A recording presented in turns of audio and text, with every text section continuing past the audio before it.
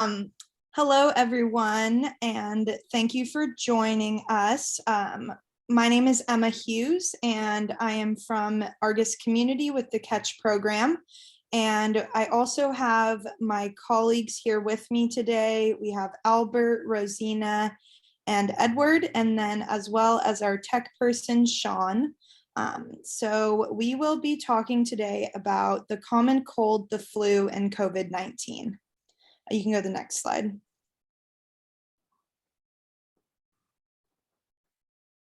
Okay, so before we start, just wanted to kind of go over what our team does and the services that we provide. So as I mentioned previously, we are from the C.A.T.C.H Program, which stands for Community Action to Combat HIV and Hepatitis C. And so we provide free and confidential HIV and hepatitis C rapid testing. We also do have an option to get a HIV rapid test mailed to you, and you can do it in the comfort of your home or wherever you feel most comfortable. We also provide different sexual health education groups and other informational groups as well. And we also have done some tobacco cessation groups. And as well, we can provide referrals for PrEP and PEP, and as well as any referral services around substance use and mental health issues. Next slide. So for today's discussion, like I mentioned before, we will be talking about the common cold, the flu, and COVID-19. We will be going into the history, symptoms, incubation periods, transmission, and prevention of each. And then we'll go in and kind of compare and contrast each one. As you'll learn, there are a lot of similarities between the three of these, and with COVID being very apparent in our society right now, it can cause a lot of confusion due to the overlapping of symptoms. We'll also be talking about the COVID-19 vaccine and testing as well, and the flu vaccine as well. Next slide. So before we kind of get into things, I wanted to go over some terms that will come up throughout the presentation, just to make sure that everyone understands the words on the screen. So first we have virus, which is a microscopic parasite that infects living organisms causing disease. And a virus needs a host to survive. So that means like a human or an animal or something that's living. And then an epidemic is a disease that affects a large number of people within a community, population, or region. And that is contrasting to a pandemic, which is an epidemic that is spread over multiple countries or continents. So pandemic is a lot more widespread, whereas epidemic is kind of constrained to a certain area. An incubation period is the number of days between when you were exposed and when you may start to see symptoms. And that's talked a lot about with COVID right now, especially because it gets really hard. You can be infected but not know you have it for up to a week. So OTC stands for over the counter. That's referring to medications such as like ibuprofen, Advil, things that you can just walk into any drugstore and buy without a prescription. Then a pathogen is a bacteria, virus, or other microorganism that can cause disease. And then an antigen is a protein found on a pathogen, which induces an immune response in the body. So when the pathogen enters your body, it will have antigens on the surface of it that your body will detect, which will cause the immune response, which manifests itself as the physical symptoms that you experience when you're sick. Next slide. So an origin of the common cold. In the 1500s BCE, descriptions of symptoms and treatments were found in Egypt. And in the 1500s CE, people began using the term cold due to the connection between cold weather and developing similar symptoms.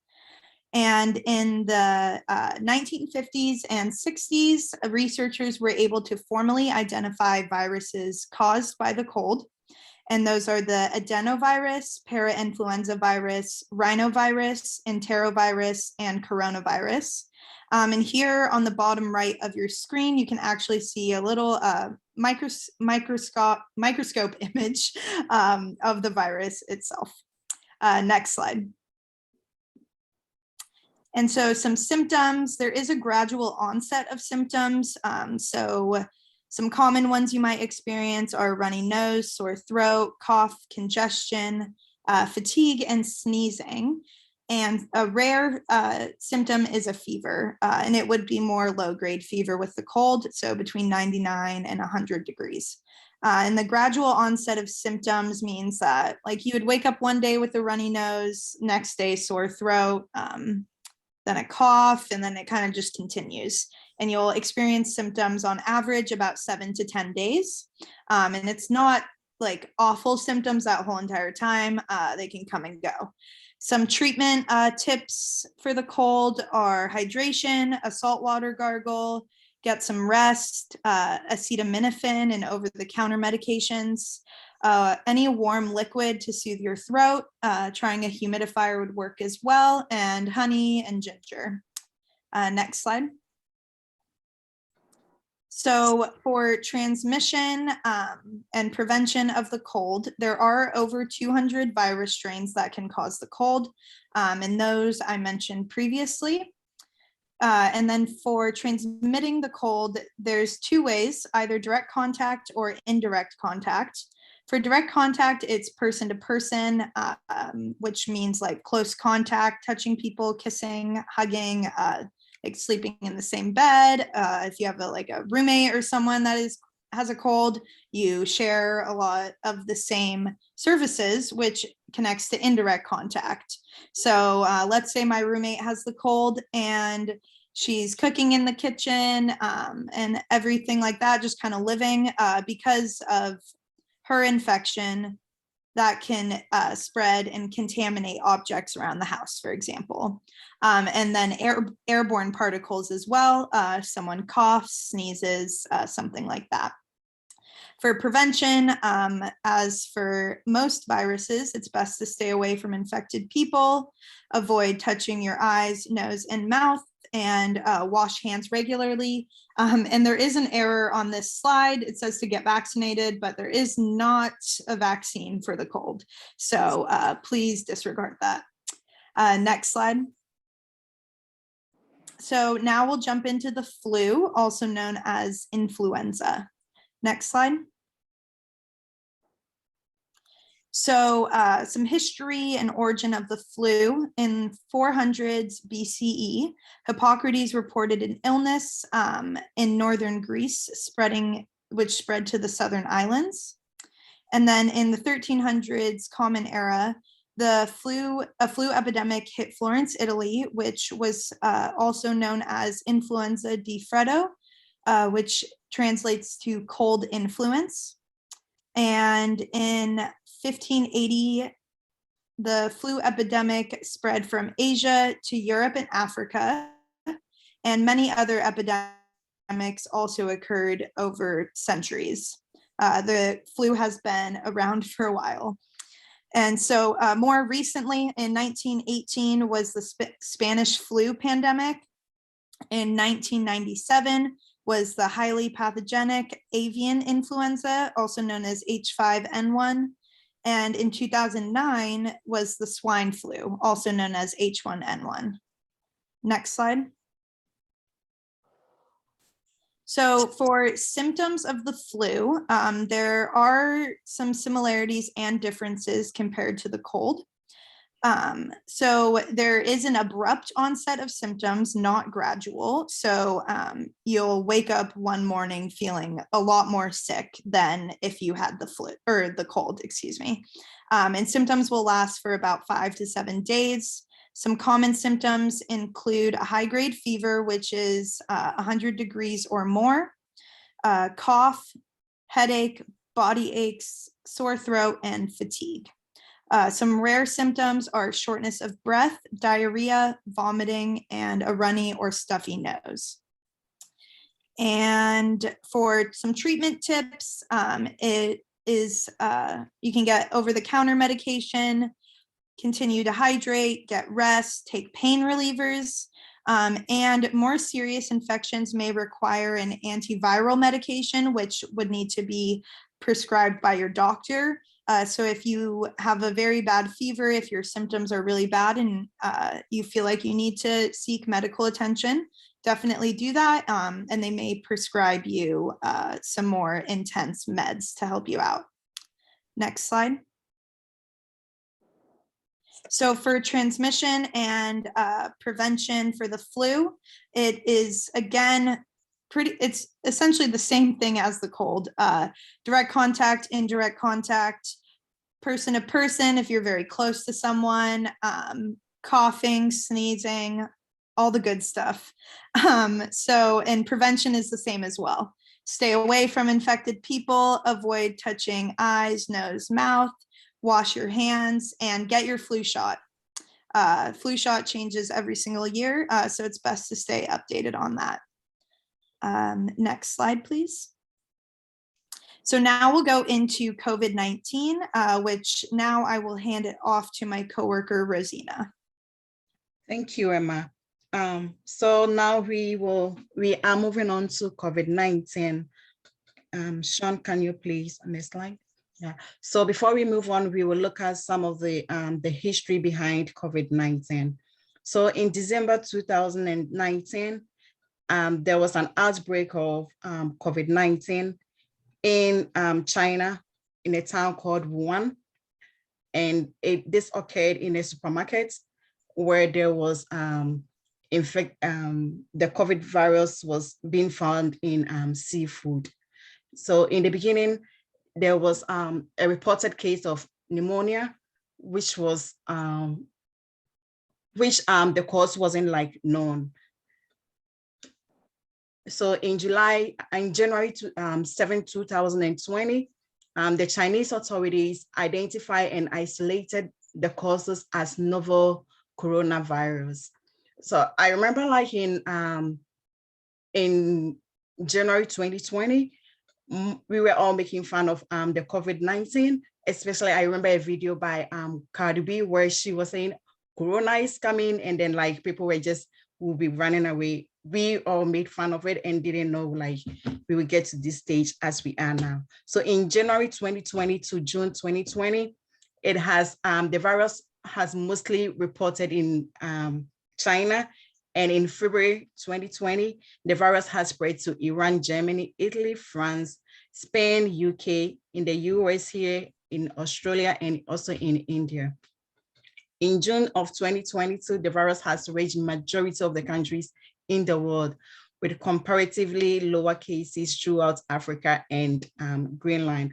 I guess with Africa, because of the weather condition and the way of life over there, that could be one of the reasons why, and also lack of data and lack of testing, and also could have also been another way that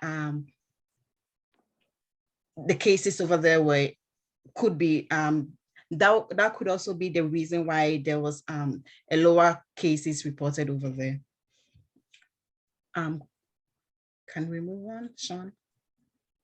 Yeah, so now we move on to the symptoms of COVID-19. So symptoms differs from each person. So, but the common ones that one could find is fever, cough, which is the dry cough, shortness of breath, loss of taste or smell, headache, body aches, and sore throat or fatigue.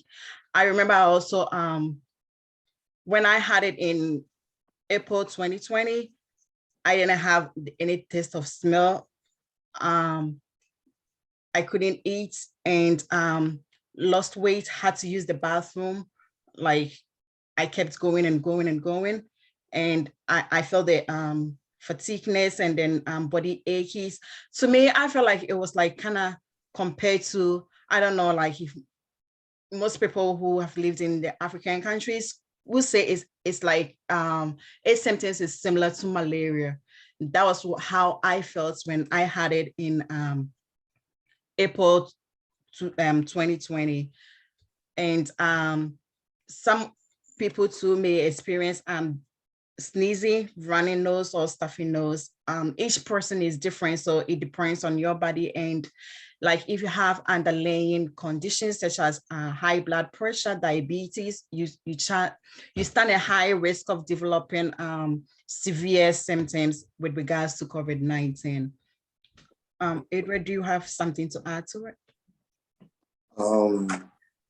Yes, I have a bit of information to add to it, but fortunately it's not on your slides, but I do have a bit of information if y'all want me to run through it.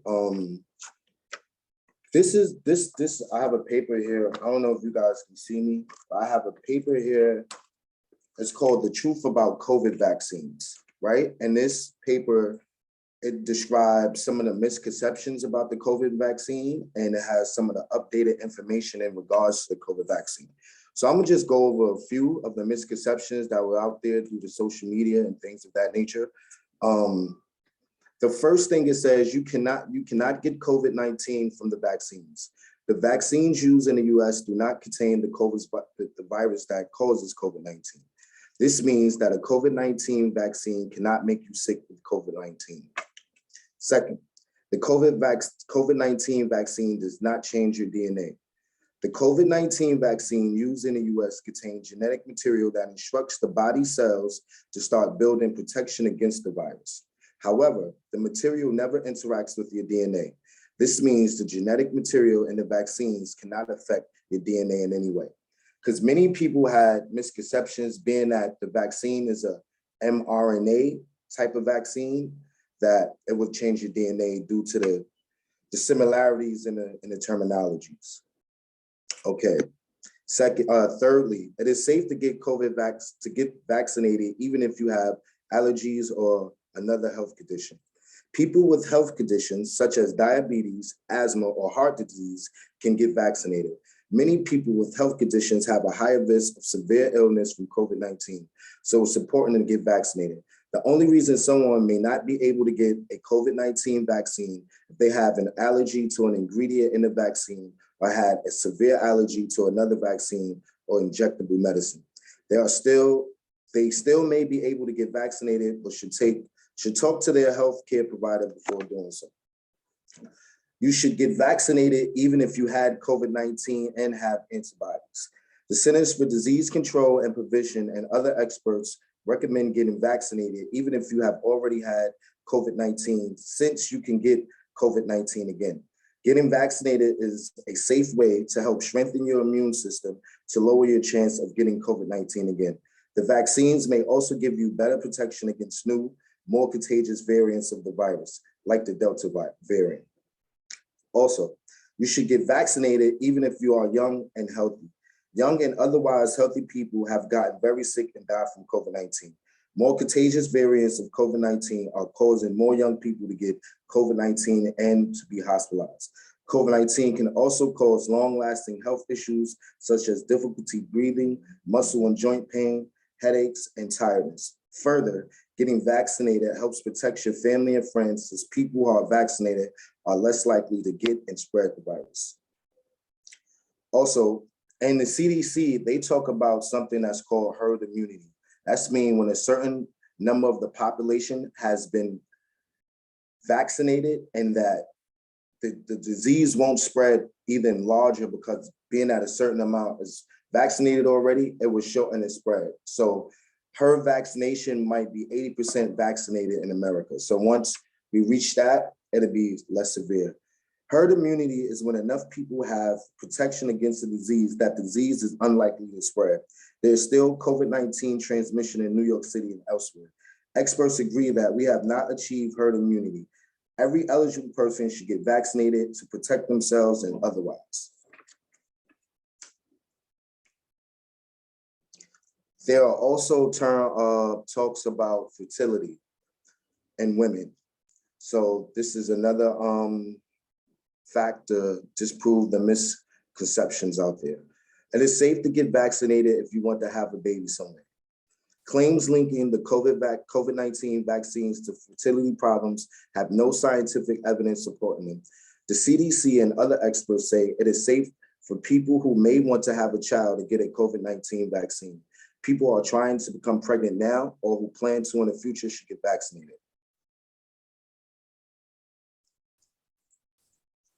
All right, and others suggest that the vaccine was created too fast and it was created quicker than any other vaccine in history. So they also have information in regard to that. Scientists were able to develop the vaccine so quickly because of the significant resources, effort, and collaboration. Billions of dollars were spent and hundreds of scientists from around the world worked nonstop to develop the vaccines. This allowed testing and production of the vaccines to happen at the same time instead of in separate phases. Scientists were able to build on many years of research from other vaccines, including research on vaccines from other coronavirus. We are fortunate that COVID-19 can be stopped with vaccines. Vaccine development has proven to be more challenging for other medical conditions, such as HIV and most cancers. Each infection is different, so vaccine development timelines cannot be compared. And with FDA approval, the Food and Drug Administration, the FDA, determined the vaccines to be safe. COVID-19 vaccines were developed following the same steps as other vaccines. They were created in a laboratory that went through studies called clinical trials. The clinical trials were closely monitored and evaluated by the FDA, other government organizations, and independent experts. Each COVID-19 vaccine was tested on tens of thousands of volunteers of different genders, ages, races, and ethnicities. Initially, the FDA granted emergency use authorization for the vaccines after determining that the evidence strongly suggested the benefits of getting vaccinated outweighed the risk. In August of 2021, the FDA fully licensed the Pfizer-BioNTech vaccine. Lastly, serious side effects to the vaccines are very rare. Hundreds of millions of doses of vaccine have safely been given, and serious side effects have been rare. Medical providers and the general public can report health events that occur after vaccination to the Vaccine Adverse Event Reporting System. VAERS detects patterns of health events, also known as safety signals. If VAERS finds a safety signal, experts can investigate to see if there's a connection between the health events and the vaccine. VAERS contain all reports submitted, no matter how likely it is that the events are related to the vaccine. For this reason, VAERS reports alone and not used to judge the safety of the vaccine. For any information about COVID vaccines, talk to your healthcare provider or call 311 or visit nyc.gov/COVID vaccine. That's it. All right, Sean, can we move on to the next slide? Yeah, so thank you, Edward. So now we move on to the transmissional prevention. Like Emma mentioned before, COVID-19, it can also be spread through direct or indirect contact. That's from persons to persons through droplets from the mouth or the nose. And then also when one touch an infected or contaminated material or objects, and it is spread through the air, which is an airborne form of infection. Yeah. Sean, can we move on? Yeah, so now we will look at some of the symptoms of cold and the flu and then the COVID, what they have in common and what one should look out for when one sees all these signs and know what it is, whether it's COVID, the flu, or the cold. Can we move on, Sean? Yeah, so with a common cold one may experience, like Emma mentioned before, running or sniffing nose or sneezing. And with the same with the flu, one too can also have running nose, stuffy nose, sneezing, diarrhea, or vomiting. And with the same with the COVID, so one too may also experience fatigue, cough, sore throat, body aches, headache, fever, shortness of breath, or loss of taste or smell. So what one should really look out for when it comes to COVID, it is the shortness of breath or the loss of taste or the smell. That makes it different from the common cold and then the flu. So with the flu too, you may experience diarrhea or vomiting. That is also like the main symptoms of the flu. And also with the common cold, you may experience body ache, headache, which is also similar to that of the COVID and the flu.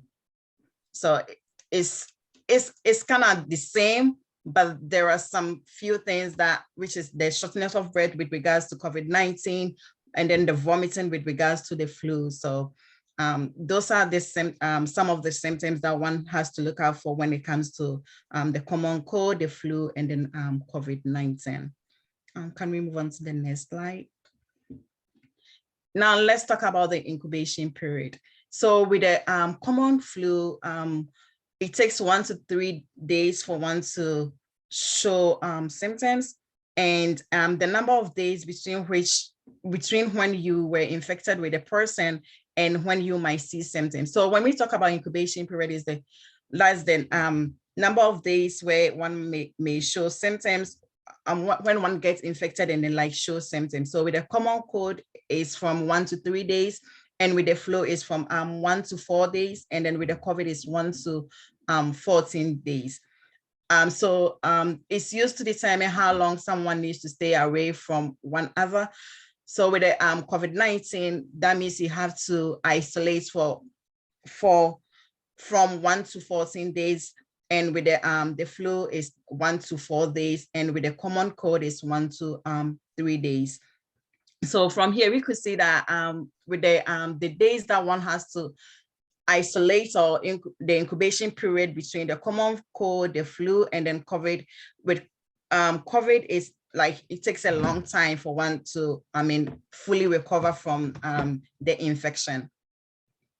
I remember like each person is different and each body is also different. So with me, it took more than the 14 days, as I said before, but each person is different.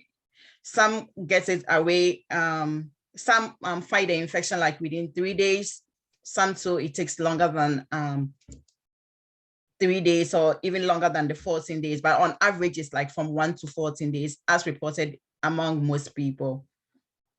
And now with the new variants going on, which is the Omicron, like if you are fully vaccinated, like Adrian did mention before, it takes even shorter time for you to recover and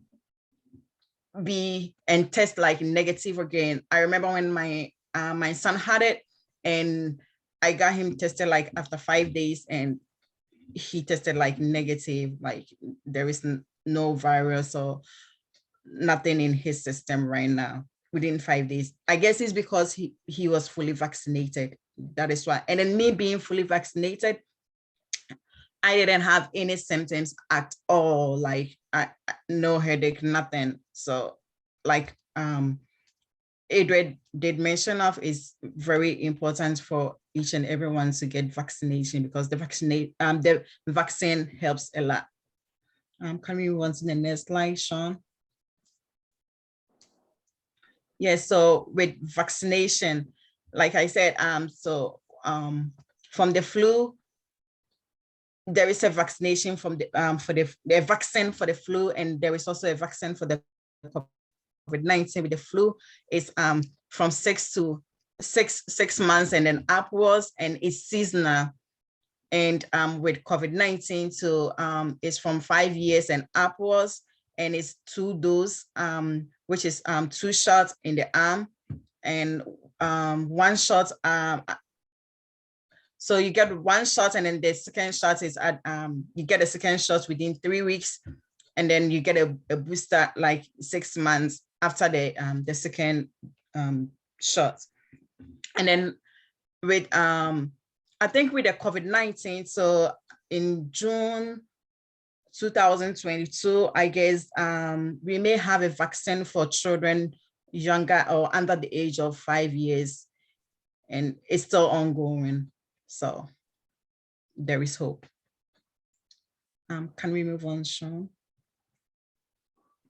So here I'll pass on to Aber. Thank you. So how do vaccines work? So when we talk about vaccines, we're talking about medication, of course, that contain inactive, weakened, or not dangerous parts of the pathogen or the virus, known as the antigen. So when it comes to vaccines, we're not talking about, like an active virus. It's something that's weak. It's not going to be able to do much to the body. All right. The pathogens contain some parts that are unique to each virus, and one of the some parts is the antigen. So that's the part that will let the immune system know what it is and to make antibodies to fight against the virus. All right, so the helper T cells stimulate the B cells to produce the antibodies, and the killer T cells directly kill already infected cells. So the cells in the body that are already infected with the virus, the killer T cells attack those, and then the helper T cells tell the B cells to produce antibodies to fight against the antigen. So it's kind of like a 2-part thing here. So the vaccine, so when the vaccine is administered, the antigen is introduced to the body. The immune system reacts to the presence of the antigen, and that's when it begins developing the antibodies to fight. That's when the immune system kicks into gear and starts producing it. All right, and it takes time for the body to develop antibodies to get rid of the virus. It doesn't happen immediately. It can take some hours or some days for that to happen. All right, but this is when you may start feeling effects of the vaccine, because now your immune system is actively fighting that antigen, and that may cause some side effects. All right, so for vaccines that you receive multiple doses, that's because the multiple doses may be required to fight certain pathogens due to the need to produce long-lived antibodies and memory cells. So for COVID-19, multiple doses are needed because it takes a while for the body to produce the cells that's going to remember that if the actual virus shows up a second time, those memory cells will know exactly what to do and can gear the immune system up to precisely fight the virus, which can cause, so if in that case, if that happens, it can cause lighter side effects, or it can cause someone to even be asymptomatic. All right, it allows the body to rapidly fight a particular pathogen exposed in the future. So if the body meets it in the future, it can fight it, and it can cause someone to not even test positive, or it can cause someone to be asymptomatic, or to have very light side effects, as opposed to them not having that that in their body, opposed to them not having those antibodies. And if the actual virus showed up, then they would feel the full effects of the symptoms and everything else. All right, let's move on to the next slide.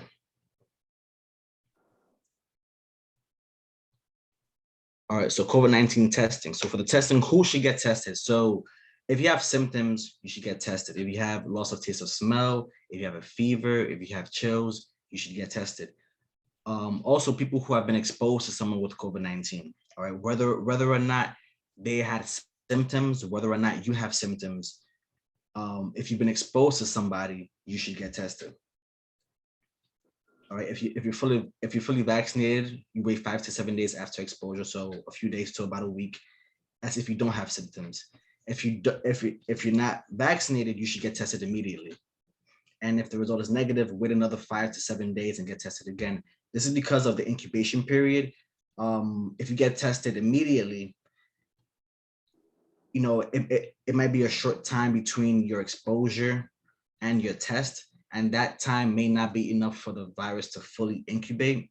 So that negative result may be a premature negative. So getting tested again allows for the incubation period to be a bit longer, and that may actually result in a positive. You don't want to have a premature negative result and then go back out into the world and potentially expose other people to the virus. So to get tested in NYC, you have the information right there. Text in COVID test to 855-48. And the locations may change, so make sure to keep updated on the locations. The NYC Health Department is giving out free COVID-19 rapid tests, and they have their website. We put the website on there, and it's by appointment only. All right, next slide, please. And that is it. Thank you for listening and learning with us, and we hope you have a great day.